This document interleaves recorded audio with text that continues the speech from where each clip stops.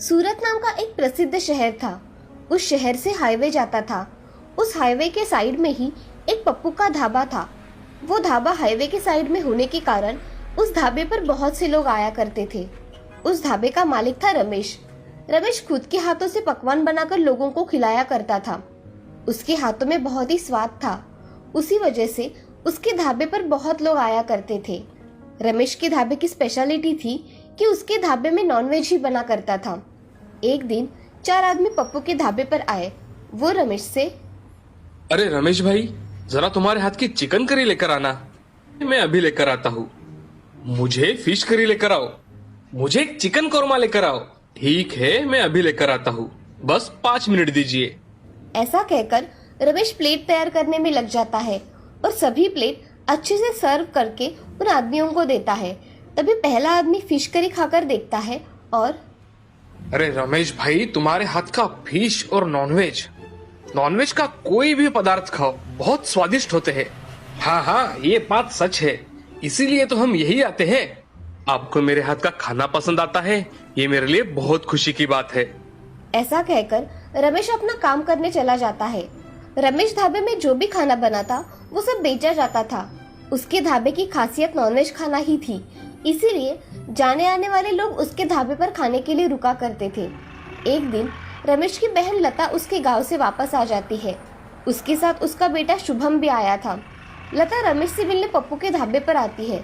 तभी लता रमेश से, रमेश भैया।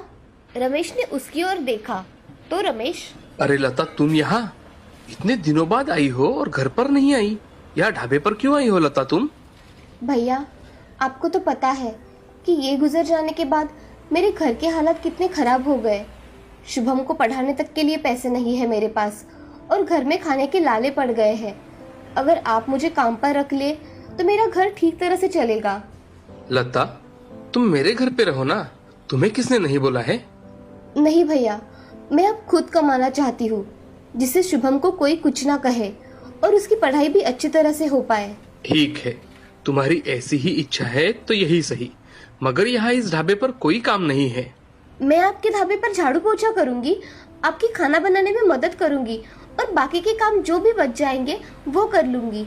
रमेश थोड़ा मन में सोचता है और लता से, ठीक है, तुम साफ सफाई और ढाबे का कुछ और काम भी कर लेना, इसकी वजह से मैं तुम्हें तनख्वाह भी दे पाऊंगा। ठीक है भैया। लता वहाँ से शुभम को लेकर चली जाती है। अगले दिन शुभम के साथ लता ढाबे पर सुबह ही आ जाती है। वो ढाबे की झाड़ू मारकर साफ सफाई करती है और थोड़ी टेबल की भी साफ सफाई कर लेती है।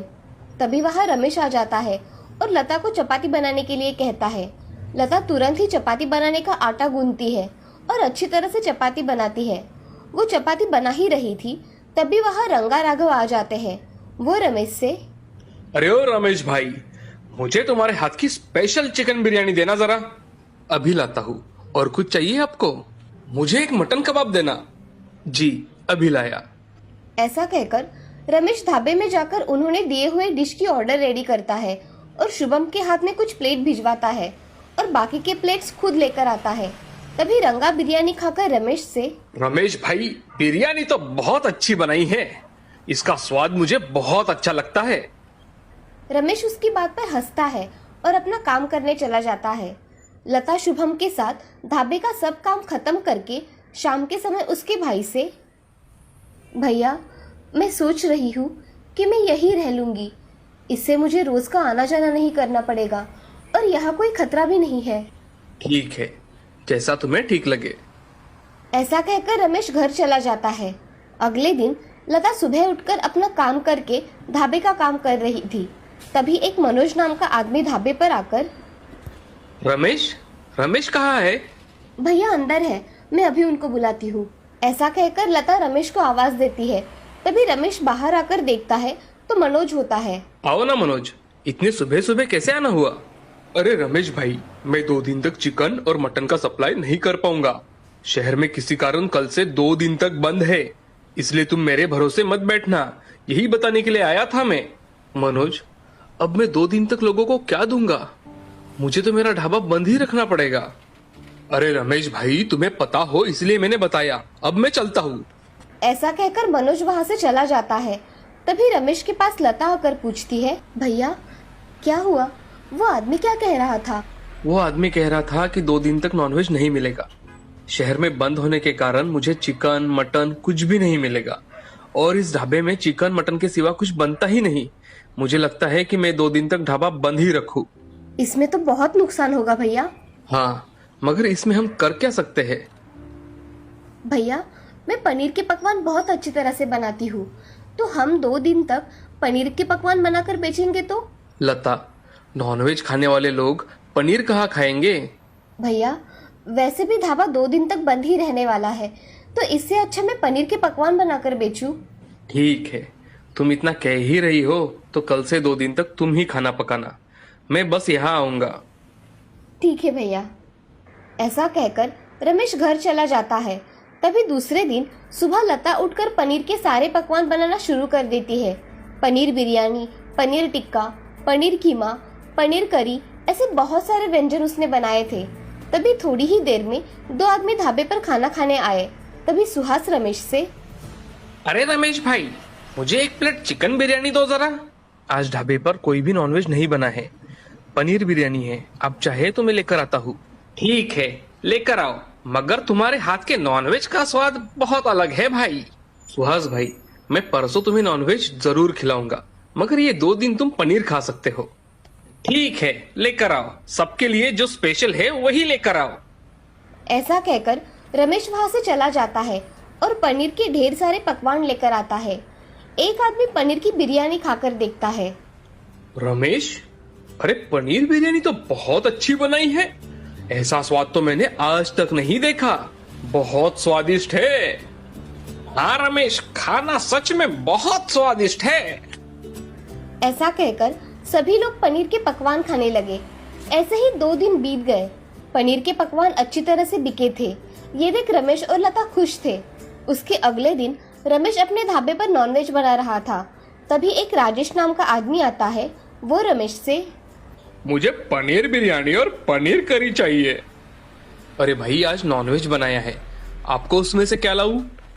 एक बार बोल दिया ना, मुझे पनीर बिरयानी और पनीर करी ही चाहिए। ये सुन रमेश को गुस्सा आया और वो राजेश से, अरे उस दिन नॉनवेज नहीं था इसलिए पनीर बनाया था। यहाँ हर रोज पनीर नहीं मिलेगा, समझे? तुम्हें दूसरा खाना चाहिए तो बताओ।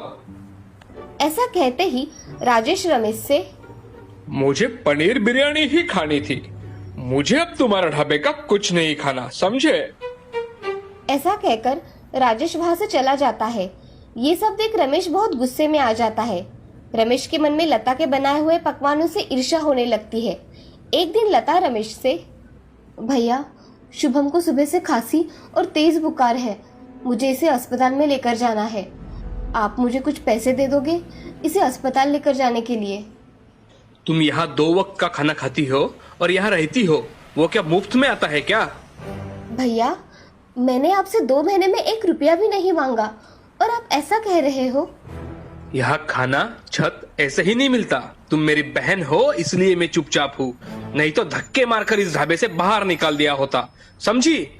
भैया, आप कुछ ज्यादा ही कह रहे हो। मैंने तो सिर्फ आपसे कुछ पैसे मांगे हैं और आप मुझे इतना कह रहे हो। तुम अभी के अभी मेरे ढाबे से निकल जाओ, मुझे कोई जरूरत नहीं है तुम्हारी। ठीक है भैया, मैं जा रही हूँ। ऐसा कहकर लता शुभम को लेकर वहां से चली जाती है। लता बहुत रोती है, मगर रमेश पे उसका कोई असर नहीं होता। लता गांव में चली जाती है। तभी एक संजय नाम का आदमी लता को ढूंढते हुए आता है। संजय लता से, जी आपका नाम लता भाभी है ना? आप राघव भैया की पत्नी हो ना? हाँ, मैं ही लता हूँ, मगर आपको मैंने पहचाना नहीं। मैं राघव भाई का मित्र हूँ। मैंने उनसे 50,000 रुपए उधार लिए थे। अब मेरे पास पैसे आए हैं तो सोचा आपको वापस कर दूं। मैंने आपको बहुत ढूंढा भाभी, मगर आपका कहीं पता ही नहीं था। अब आप मुझे दिखाई दी हो। भाभी, ये लीजिए आपके 50,000 रुपए। मुझे पैसों की सख्त जरूरत थी भाई साहब। भाभी, आपको कोई भी जरूरत हो आप मुझे बेझिझक कह सकती हो। जी भाई साहब। ऐसा कहकर संजय वहां से चला जाता है। तभी लता उन्हीं में से कुछ पैसे लेकर शुभम का इलाज करवाती है और संजय को रमेश ने उसके प्रति किया हुआ व्यवहार बताती है। तभी संजय की मदद से लता एक होटल खोलती है। वो रमेश के ढाबे के सामने ही होता है। अब लता उसके होटल में पनीर के विविध पकवान बनाती है और बेचने के लिए रखती है। तभी बहुत से ग्राहक उसके होटल में खाना खाने के लिए आ जाते हैं। तभी ये देख रमेश बहुत गुस्सा हो जाता है। इस लता ने मेरे ढाबे के सामने ही होटल खोला और मेरे कस्टमर भी उसी के होटल में खाना खाने जाते हैं। ऐसा कहकर रमेश गुस्से से घर चला जाता है। लता बहुत मेहनत करके अपना होटल अच्छी तरह से चलाती है और लता को उसमें कामयाबी मिल जाती है। लता के होटल की तरक्की देख बहुत से लोग उसके होटल में खाना खाने आया करते थे। उसने अपनी जैसी बेसहारा औरतों को भी मदद की। अब इस तरह से होटल चलाकर वो अपना गुजारा किया करती थी। इस कहानी से हमें ये सीख मिलती है कि कठिन परिस्थिति में हमेशा धैर्य से काम लेना चाहिए और अपना काम पूरी निष्ठा के साथ करना चाहिए।